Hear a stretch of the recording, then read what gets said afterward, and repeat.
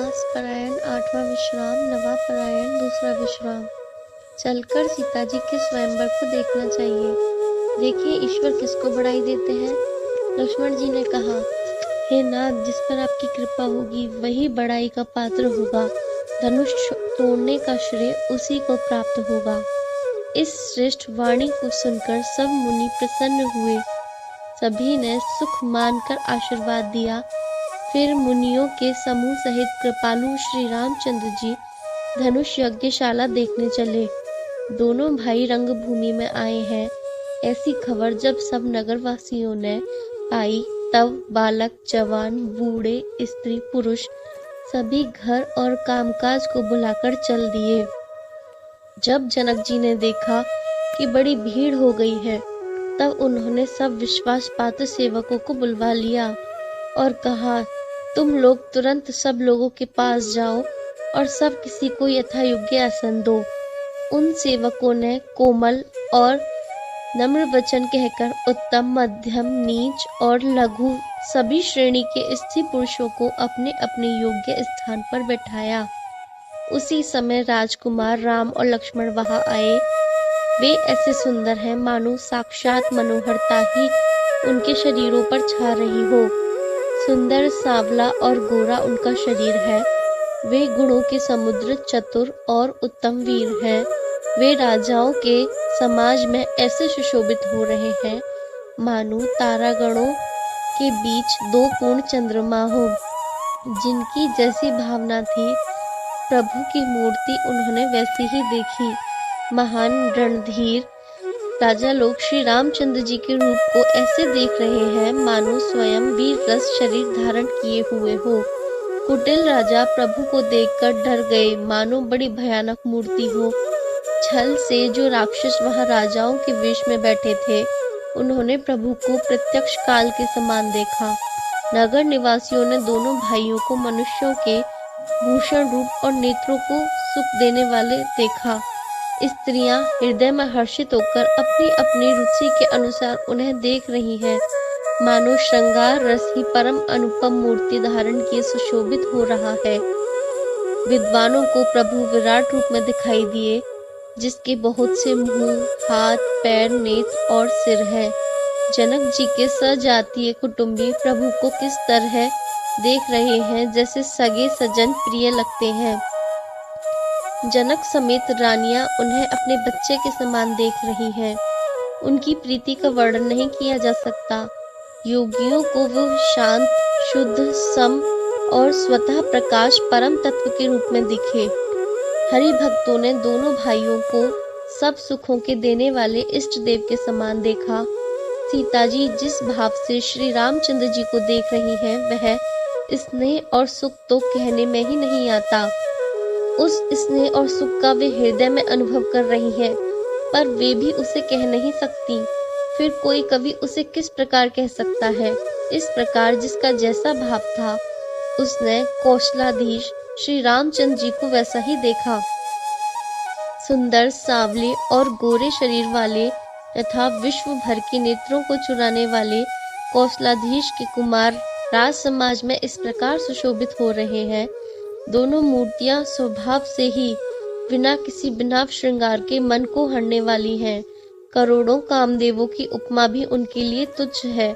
उनके सुंदर मुख शरद के चंद्रमा की भी निंदा करने वाले हैं और कमल के समान नेत्र मन को बहुत ही भाते हैं।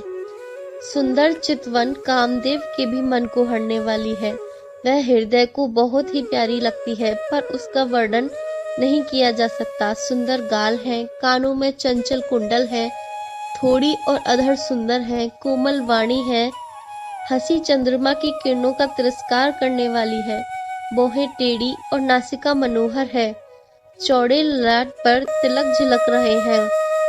काले घुंघराले बालों को देखकर भौरों की पंक्तियां भी लजा जाती हैं। पीली चौकोनी टोपियां सिरों पर सुशोभित हैं, जिनके बीच बीच में फूलों की कलियां बनाई हुई हैं। शंख के समान सुंदर गले में मनोहर 3 रेखाएं हैं, जो मानो तीनों लोगों की सुंदरता की सीमा को बता रही हैं। हृदयों पर गजमुक्ताओं के सुंदर कंठे और तुलसी की मालाएं सुशोभित हैं।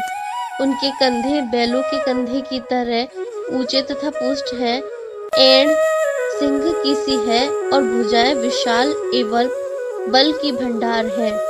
कमर में तरकश और पीतांबर बांधे हैं, दाहिने हाथ में बाण और बाएं सुंदर कंधों पर धनुष तथा पीले यज्ञोपवीत सुशोभित है। नख से लेकर शिखा तक सब अंग सुंदर हैं, उन पर महान शोभा छाई हुई है। उन्हें देखकर सब लोग सुखी हुए। नेत्र एकटक हैं और तारे भी नहीं चलते। जनक जी दोनों भाइयों को देखकर हर्षित हुए। तब उन्होंने जाकर मुनि के चरण कमल पकड़ लिए, विनती करके अपनी कथा सुनाई और मुनि को सारी रंगभूमि दिखलाई। मुनि के साथ दोनों श्रेष्ठ राजकुमार जहाँ जहाँ जाते हैं वहाँ वहाँ सब कोई आश्चर्यचकित हो देखने लगते हैं। सबने राम जी को अपनी अपनी ओर ही मुख किए हुए देखा, परंतु इसका कुछ भी विशेष रहस्य कोई नहीं जान सका। मुनि ने राजा से कहा, रंगभूमि की रचना बड़ी सुंदर है। विश्वामित्र जैसे निस्पृहा विरक्त और ज्ञानी मुनि से रचना की प्रशंसा सुनकर राजा प्रसन्न हुए और उन्हें बड़ा सुख मिला। सब मंचों से एक मंच अधिक सुंदर, उज्जवल और विशाल था। स्वयं राजा ने मुनि सहित दोनों भाइयों को उस पर बैठाया। प्रभु को देखकर सब राजा हृदय में ऐसे हार गए जैसे पूर्ण चंद्रमा के उदय होने पर तारे प्रकाशहीन हो जाते हैं। उनके तेज को देखकर सबके मन में ऐसा विश्वास हो गया कि रामचंद्र जी ही धनुष को तोड़ेंगे, इसमें संदेह नहीं। इधर उनके रूप को देखकर सबके मन में यह निश्चय हो गया कि शिवजी के विशाल धनुष को बिना तोड़े भी सीता जी श्री रामचंद्र जी के ही गले में जयमाल डालेंगी, अर्थात दोनों तरह से ही हमारी हार होगी और विजय श्री रामचंद्र जी के हाथ रहेगी। यों सोचकर वे कहने लगे, हे भाई, ऐसा विचार कर यश, प्रताप, बल और तेज गवाकर अपने अपने घर चलो। दूसरे राजा जो अविवेक से अंधे हो रहे थे और अभिमानी थे, यह बात सुनकर बहुत हंसे। उन्होंने कहा, धनुष तोड़ने पर भी विवाह होना कठिन है, अर्थात सहज ही में हम जानकी को हाथ से जाने नहीं देंगे। फिर बिना तोड़े तो राजकुमारी को ब्याह ही कौन सकता है? काल ही क्यों ना हो, एक बार तो सीता के लिए उसे भी हम युद्ध में जीत लेंगे। यह घमंड की बात सुनकर दूसरे राजा जो धर्मात्मा, हरि भक्त और सयाने थे मुस्कुराए। उन्होंने कहा, राजाओं के गर्व दूर करके जो धनुष किसी से नहीं टूट सकेगा उसे तोड़कर श्री रामचंद्र जी सीता जी को ब्याहेंगे। रही युद्ध की बात, सो महाराज दशरथ के रण में वाकई पुत्रों को युद्ध में तो जीत ही कौन सकता है। गाल बजाकर व्यर्थ ही मत मरो। मन के लड्डुओं से भी कहीं भूख बुझती है। हमारी परम पवित्र सीख को सुनकर सीता जी को अपने जी में साक्षात जगत जननी समझो और श्री रघुनाथ जी को जगत का पिता विचार कर नेत्र भरकर उनकी छवि देख लो। ऐसा अवसर बार बार नहीं मिलेगा। सुंदर सुख देने वाले समस्त गुणों की राशि ये दोनों भाई शिवजी के हृदय में बसने वाले हैं। स्वयं शिवजी भी जिन्हें सदा हृदय में छिपाए रहते हैं, वे तुम्हारे नेत्रों के सामने आ गए हैं। समीप आए हुए अमृत के समुद्र को छोड़कर तुम मृग जल को देखकर दौड़कर क्यों मरते हो? फिर जिसको जो अच्छा लगे वही जाकर करो। हमने तो आज जन्म लेने का फल पा लिया। ऐसा कहकर अच्छे राजा प्रेम मग्न होकर श्री रामचंद्र जी का अनुपम रूप देखने लगे।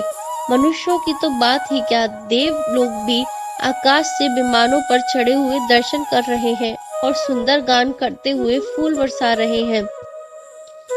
तब सुअवसर जानकर जनक जी ने सीता जी को बुला भेजा। सब चतुर और सुंदर सखियां आदर पूर्वक उन्हें लिवा चली।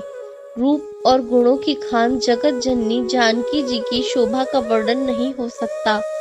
उनके लिए मुझे सब उपमाएं तुच्छ लगती हैं, क्योंकि वे लौकिक स्त्रियों के अंगों से अनुराग रखने वाली हैं, अर्थात वे जगत की स्त्रियों के अंगों को दी जाती हैं।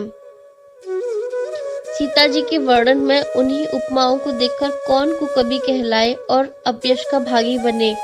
यदि किसी स्त्री के साथ सीता जी की तुलना की जाए तो जगत में ऐसी सुंदर युवती है ही कहाँ। पृथ्वी की स्त्रियों की तो बात ही क्या, देवताओं की स्त्रियों को भी यदि देखा जाए तो हमारी अपेक्षा कहीं अधिक दिव्य और सुंदर है। तो उनमें सरस्वती तो बहुत बोलने वाली हैं, पार्वती अर्धांगिनी है। कामदेव की स्त्री रति पति को बिना शरीर का जानकर बहुत दुखी रहती है, और जिनके वेश और मध्य जैसे प्रिय भाई हैं, उन लक्ष्मी के समान तो जानकी जी को कहा ही कैसे जाए। मंगल भवन